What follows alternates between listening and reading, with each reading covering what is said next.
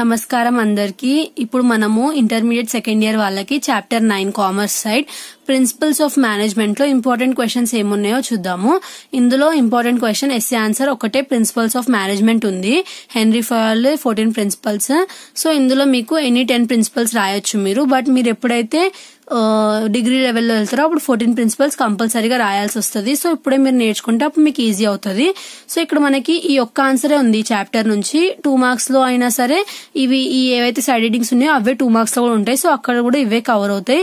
So మనం ఇప్పుడు principles of management లో ఏమేమి ఉంటాయో చూద్దాము. Henri Fayol is known as general principles of management formulated by him. Principles ఎవరి వల్ల వచ్చినాయంటే హెన్రీ ఫయల్ అనే ఒక వ్యక్తి ఏం చేసినాడంట, ప్రిన్సిపల్స్ ఇచ్చినాడు. దేనికి? మేనేజ్మెంట్ కి ప్రిన్సిపల్స్ ఇచ్చినాడంట. ఎప్పుడు? 20th సెంచరీలో. ఇతను ఏం చేసినాడంట, గ్రాడ్యుయేట్ అయిందంట. ఇందులో 1860లో ఒక మైనింగ్ ఇంజనీర్ లాగా గ్రాడ్యుయేటెడ్ అయిందంట. Henri Fayol engineer, industrial magnate and was a successful chief executive with a long experience. ఇక్కడ కొంచెం అతని గురించి ఇంట్రొడక్షన్ ఇచ్చిండ్రు, కంపల్సరీగా రాయాలి. చాలా చాలా ఇంపార్టెంట్ క్వశ్చన్, కంపల్సరీగా వస్తుంది ఇది ఎస్ఏ ఆన్సర్స్ లో. Of organisation and in the field of general administrative and management. తర్వాత ఇతను ఏం చేసిందంట, he wrote to manage is to forecast and plan, to organise, to command, to coordinate and to control.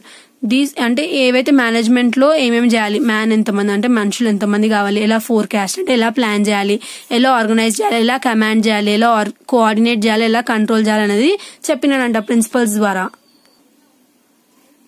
Next henry ఫయల్ principles ఏంటివని చెప్పి explain చేస్తున్నారు. First, division of labour. Division of labour అంటే ఏంటి? Division of labour అంటే per suppose ఒక ఏ అనే person ఉన్నాడు. ఏ అనే person కి, ఒకటే పర్సన్ కి మొత్తం పని అంతా అతనికి ఇస్తే అతని మీద చాలా ప్రెషర్ అవుతుంది కదా. So A B C D, ఒక సింగిల్ వర్క్ ని ఏ బి సి డి కి అంటే ఇంత మందికి ఇవ్వడం వల్ల, అందరూ కొంచెం కొంచెం వర్క్ చేయడం వల్ల వాళ్ళ వర్క్ వాళ్ళు మంచి కంప్లీట్ చేస్తారు, ఇంకా టైం కి కంప్లీట్ అవుతుంది. ఒకటే పర్సన్ మీద మొత్తం ప్రెషర్ అంత వేయడం వల్ల అతను చేసే వర్క్ మీద అతనికి ఇంట్రెస్ట్ పోతుంది, ప్లస్ ప్రెషర్ గా ఫీల్ అవుతాడు. అలా కాకుండా ఒకటే సింగిల్ వర్క్ ని అందరిలో డివైడ్ చేయడం వల్ల వాళ్ళలో అంటే ఇప్పుడు ఒక్కొక్కరికి ఒక్కొక్క వర్క్ ఇస్తాం కాబట్టి ఇతను ఏదైతే ఇతనికి వర్క్ ఇచ్చినామో అందులో అతని పర్ఫార్మెన్స్ మంచిగా అయిపోతుంది, ఏదైతే వర్క్ అతనికి ఇచ్చినామో. తర్వాత బిసిడికి కూడా అంటే ఒకటే వర్క్ ని అందరికి డివైడ్ చేసినాం కాబట్టి అందరు వాళ్ళ ఓన్ విధంగా వాళ్ళు చేసి జల్దీ కంప్లీట్ చేస్తారు కదా. సో అలా చేయడం వల్ల వాళ్ళ మీద ప్రెషర్ తక్కువ అవుతుంది, ఇంకా వర్క్ అనేది టైం కి కంప్లీట్ అవుతుంది, ఇంకా వాళ్ళలో ఉన్న క్రియేటివిటీ కూడా బయటకు వస్తుంది, కొంచెం కొంచెం వర్క్ ఇస్తున్నారు కాబట్టి. Next, parity of authority and responsibility. Parity of authority and responsibility అంటే ఏంటంటే, authority refers to the right of the superior. ఎవరైతే సుపీరియర్ ఉందో అతను రైట్ అంటే ఏంటిది? అథారిటీ. ఎందుకు? To give order to the subordinate కి ఆర్డర్ ఇవ్వడానికి. టేక్ డెసిషన్స్ కూడా తీసుకోవచ్చంట. యూజ్ రిసోర్సెస్ యూజ్ చేయడానికి, గైడ్ చేయడానికి, రెగ్యులేట్ చేయడానికి. రెగ్యులేట్ చేయడానికి ఎవరైతే సబార్డినేట్ ఉన్నాడో, సబార్డినేట్ అంటే ఎవరైతే సుపీరియర్ దగ్గర వర్క్ చేస్తాడో అతను సబార్డినేట్. సో అతని వర్క్ ఎవరైతే అతని బిహేవియర్ ఉందో అతన్ని హ్యాండిల్ చేయడానికి. తర్వాత రెస్పాన్సిబిలిటీ కూడా ఉంటదంట ఎవరైతే సుపీరియర్ ఉన్నారో అతనికి. The principle of parity suggests that there must be parity between the authority and responsibility. Authority ఇంకా రెస్పాన్సిబిలిటీ మధ్యలో రెండిట్లో సిమిలర్ గా ఉండాలి, ఒకటి ఎక్కువ ఒకటి తక్కువ ఉండదు, ఎవరికి ఒక లీడర్ కి. Next, discipline. ఏదైతే మనకి వర్క్ ఇస్తున్నారో, ఏదైనా మేనేజ్మెంట్ ఒక వర్క్ చేస్తున్నామో ఒక ఆఫీస్ లో, అందులో కంపల్సరీగా డిసిప్లిన్ ఉండాలి, హార్డ్ వర్క్ చేయాలి, ఇంకా మనం ఆర్గనైజేషన్ పట్ల మనం ఫేర్ గా ఉండాలి, ఏం మోసం చేయొద్దు ఆర్గనైజేషన్ కి, ఇంకా మనం టైం టు టైం మన వర్క్ కంప్లీట్ చేసుకోవాలి. డిసిప్లిన్ గా ఉండాలి. ఎందుకు? స్మూత్ రన్నింగ్ బిజినెస్ అంటే బిజినెస్ మంచిగా నడవాలంటే మనం డిసిప్లిన్ గా ఉండాలి. మన ఎవరైతే మనకంటే పెద్దవాళ్ళు ఉంటారో ఆఫీస్ లో వాళ్ళ పట్ల, ఇంకెవరైతే చిన్న వాళ్ళు ఉన్నారో వాళ్ళ పట్ల కూడా. యూనిటీ ఆఫ్ కమాండ్ అంటే పర్ సపోజ్ ఒక ఏదైనా ఒక ఆర్గనైజేషన్ ఉంది, ఏ అనే ఒక ఆర్గనైజేషన్ ఉంది, అందులో ఒక 5 మెంబర్స్ హెడ్ ఉన్నారు అనుకోండి. 5 మెంబర్స్ హెడ్ ఉంటే ఒక 7 మెంబర్స్ సుపీరియర్స్ అంటే వర్కర్స్ ఉన్నారు అనుకోండి. ఒక 7 వర్కర్స్ వర్క్ చేస్తుంటే ఒకసారి ఒక హెడ్ వెళ్ళి, అంటే హెడ్ ఎంతమంది ఉన్నారు? Head 5 members. ఏ అనేది ఒక ఆర్గనైజేషన్, అందులో 5 హెడ్స్ 7 వర్కర్స్ ఉన్నారు. ఫస్ట్ ఒక హెడ్ వెళ్ళి ఒక అతనికి ఏం చెప్పిండు, ఇలా చేయని చెప్పిండు వర్క్. మళ్ళీ ఇంకొక హెడ్ వెళ్ళి అతనికి సేమ్ పర్సన్ కి ఇంకొకలా చేయమన్నాడు, మళ్ళీ ఇంకొకలా, ఇంకొక అట్లా 5 హెడ్ ఉండడం వల్ల ఒక్కొక్కళ్ళు ఒక్కొక్కలా చెప్తారు. అలా చెప్పడం వల్ల వర్కర్ కి ఏమవుతుంది, కన్ఫ్యూజ్ అవుతుంది, అతను ఏం చేస్తుండో అతనికి ఏం అర్థం కాదు. సో అలా కాకుండా ఎప్పుడన్నా ఏదైనా ఆర్గనైజేషన్ కి ఒకటే హెడ్ ఉండడం, అంటే ఎవరైతే వర్కర్ ఉన్నాడో అతనికి ఒక హెడ్ ఉంటేనే ఆ వర్క్ అనేది ప్రాపర్ గా జరుగుతుంది. 10-15 మంది హెడ్ ఉంటే ఒక్కొక్కళ్ళు ఒక్కొక్క ఇన్స్ట్రక్షన్ చెప్పడం వల్ల ఎవరైతే సబార్డినేట్ వర్క్ చేస్తాడో అతనికి చాలా కన్ఫ్యూజ్ అవుతుంది. ఎవరి మాట వినాలి, నేను అందరు హెడ్డే కదా, ఒక మాటిని ఒకళ్ళు మాట వినకపోతే వాళ్ళు ఫీల్ అవుతారు కదా. సో అలా కాకుండా ఎవరి మాట వినాలని చెప్పి కన్ఫ్యూజ్ అయ్యి అతను మొత్తం వర్క్ అంతా స్పాయిల్ చేసుకుంటాడు కదా. సో యూనిటీ ఆఫ్ కమాండ్ అంటే మనకి ఎవరైతే ఇన్స్ట్రక్ట్ అంటే ఎవరైతే మనకి గైడ్ చేసే వాళ్ళు ఉంటారో హెడ్, అతను మనకి ఏముండాలంట, సింగిల్ పర్సన్ ఉండాలంట. అట్లా సింగిల్ పర్సన్ ఉండడం వల్ల కన్ఫ్యూజన్ ఇంకా గొడవలు అనేవి తక్కువ అవుతాయి. Next unity of direction. Unity of direction అంటే ఏంటి, ఒక ఆర్గనైజేషన్ లో 8 మెంబర్స్ ఉన్నారనుకోండి, 4 మెంబర్స్ ఒకలాగా, 4 మెంబర్స్ ఒకలాగా, ఆ 4 మెంబర్స్ మాకు ఎందుకులే, మేము వాళ్ళ గురించి పట్టించుకోము, మేమే తోపు, వాళ్ళు చాలా చిన్న వాళ్ళు, వాళ్ళతో మేము మాట్లాడము, అట్లా కాదు. ఎవరైతే 8 మెంబర్స్ ఉన్నారో వాళ్ళందరూ కలిసి మెలిసి ఉంటేనే ఆర్గనైజేషన్ ముందుకెళ్తుందంట. వాళ్ళందరూ ఒకటే one plan, one head one plan తోనే, అంటే అందరు కలిసి ఒక ప్లాన్ మీద వర్క్ చేస్తేనే ఆర్గనైజేషన్ లో ప్రాఫిట్ వస్తుంది. లేదు వాళ్ళు తక్కువ వాళ్ళు ఎక్కువ అని చెప్పి వాళ్ళ వెనకాల మాట్లాడి అట్లా ఏమేమో మాట్లాడి అట్లా తప్పుగా మాట్లాడి అట్లా చేయకూడదు. ఎందుకంటే అందరు ఒకటే ఆఫీసులు కాబట్టి అందరు కష్టపడి వర్క్ చేస్తే వాళ్ళ ఆఫీస్ కే కదా బెనిఫిట్. సో అట్లా వాళ్ళు ఏం చేయాలి, వాళ్ళ ఆఫీస్ కోసం వాళ్ళందరూ కలిసిమెలిసి వర్క్ చేయాలి.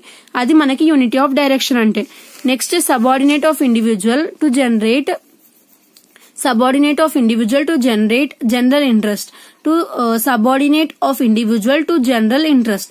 ఏదైతే సింగిల్ పర్సన్ ఎవరైతే ఇండివిజువల్ ఇంట్రెస్ట్ ఉందో దాన్ని జనరల్ ఇంట్రెస్ట్ గా, అంటే ఇప్పుడు ఒక పర్సన్ ఐడియా ఉంది అనుకోండి, ఆ పర్సన్ ఐడియా ఉంది ఒక పర్సన్ దగ్గర ఉంది, అది ఇండివిజువల్.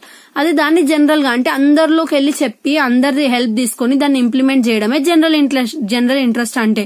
ఏదైనా ఆర్గనైజేషన్ నడవాలంటే మొత్తం అందరూ గ్రూప్ ఆఫ్ పీపుల్ ఎవరైతే ఎంప్లాయీస్ ఉన్నారో వాళ్ళందరూ ఒక స్టెప్ తీసుకుంటేనే అప్పుడు ఆర్గనైజేషన్ ప్రాపర్ గా నడుస్తుందంట. సో ఎవరు చెప్తున్నారు ఇదంతా, మనకి హెన్రీ ఫయోల్ అనే వ్యక్తి చెప్తున్నారు.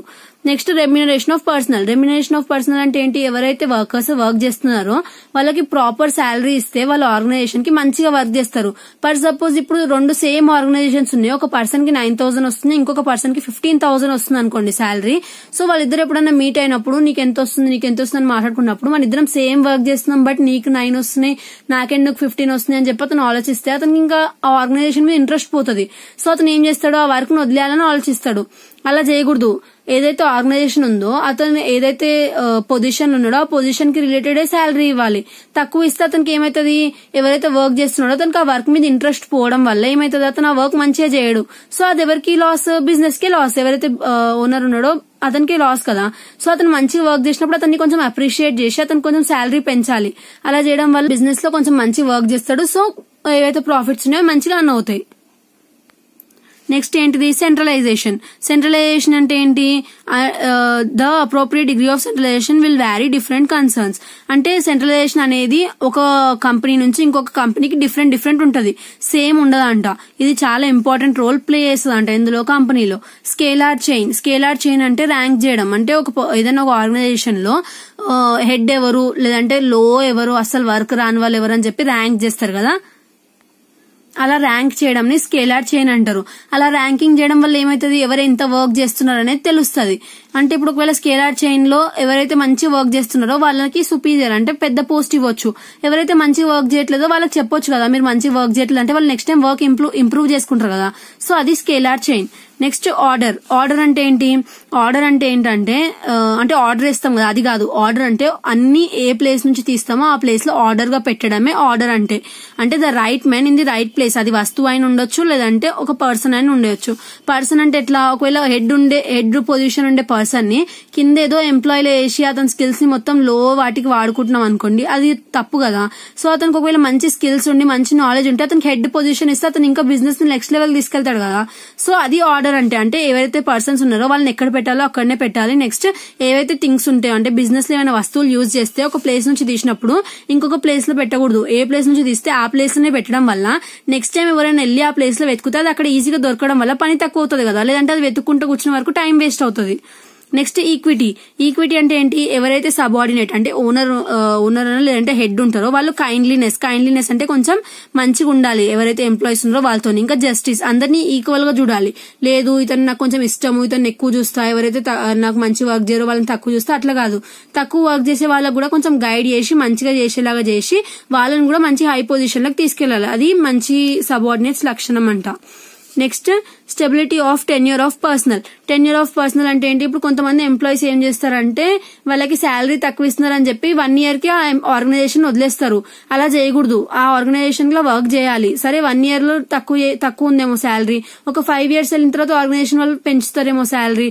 సో అట్లా ఆర్గనైజేషన్ కి ఫెయిర్ గా అంటే వాళ్ళకి హానెస్ట్ గా వర్క్ చేయాలి వాళ్ళతో పాటు.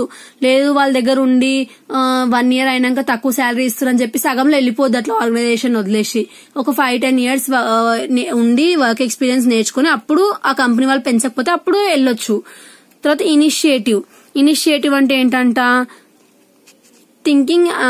ఇనిషియేటివ్ ఇన్వాల్వ్స్ థింకింగ్ ఇంకా ఎగ్జిక్యూషన్ ని ఇన్వాల్వ్ అయి ఉంటదంట. ఏంటిది ఇనిషియేటివ్ అంటే ఏంటి, ఏదైతే థింకింగ్ పవర్ అంటే సపోజ్ ఎవరైనా ఎంప్లాయీస్ ఉన్నారనుకోండి, వాళ్ళు ఏదైనా ఐడియా వచ్చింది అనుకోండి, వాళ్ళు వెళ్ళి వాళ్ళ సబార్డినేట్ కి షేర్ చేసుకోవాలి. షేర్ చేసుకుంటే అతను ఏం చేయొచ్చు, ఒకవేళ అది మంచి ఐడియా అయితే దాన్ని ఇంప్లిమెంట్ చేయాలి. ఒకవేళ అతను ఆ ఐడియా మంచి వర్కౌట్ అవ్వదు అనుకోండి, సబార్డినేట్ తిట్టకూడదు, ఇది ఒక ఐడియానేనా అని చెప్పి అట్లా తిట్టొద్దు. ఆ ఐడియా ఎందుకు వర్క్ అవ్వదు, దాన్ని ఏం చేస్తే ఇంక ఇంప్లిమెంట్ చేస్తే ఆ ఐడియా వర్క్ అవుతుంది అని చెప్పి కొంచెం సబార్డినేట్ సంధానించాలి ఎవరికి, ఎంప్లాయీకి.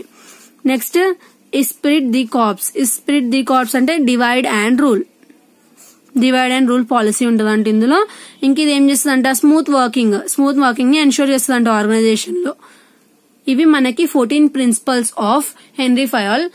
ఇప్పుడు మనం ఏం చేయొచ్చు అంటే, ఇప్పుడు ఇంటర్మీడియట్ లెవెల్ కాబట్టి 10 రాయొచ్చు ఎగ్జామ్ లో. బట్ మీకు ఎప్పుడైతే డిగ్రీ లెవెల్కి వెళ్తాడో అప్పుడు సేమ్ క్వశ్చన్ ఉంటది డిగ్రీలో, అప్పుడు మీరు 14 రాయాలి కంపల్సరీగా, లేకపోతే ఫుల్ మార్క్స్ వేయరు. సో ఇప్పుడే మీరు నేర్చుకుంటే అప్పుడు జస్ట్ రివైజ్ చేసుకుంటే సరిపోతుంది. ఇప్పుడు మీరు హాఫ్ నేర్చుకుంటే అప్పుడు మీకు కష్టం అవుతుంది. సో ఇది మనకి చాప్టర్ 9 లో ఉన్న ప్రిన్సిపల్స్ ఆఫ్ మేనేజ్మెంట్ లో 1 and only ఎస్ఏ క్వశ్చన్. ఇంక చాలా చాలా ఇంపార్టెంట్, ఇది ఒకటే ఇంపార్టెంట్ క్వశ్చన్ ఉంది. నెక్స్ట్ వీడియోలో నెక్స్ట్ చాప్టర్ చూద్దాము. Thanks for watching.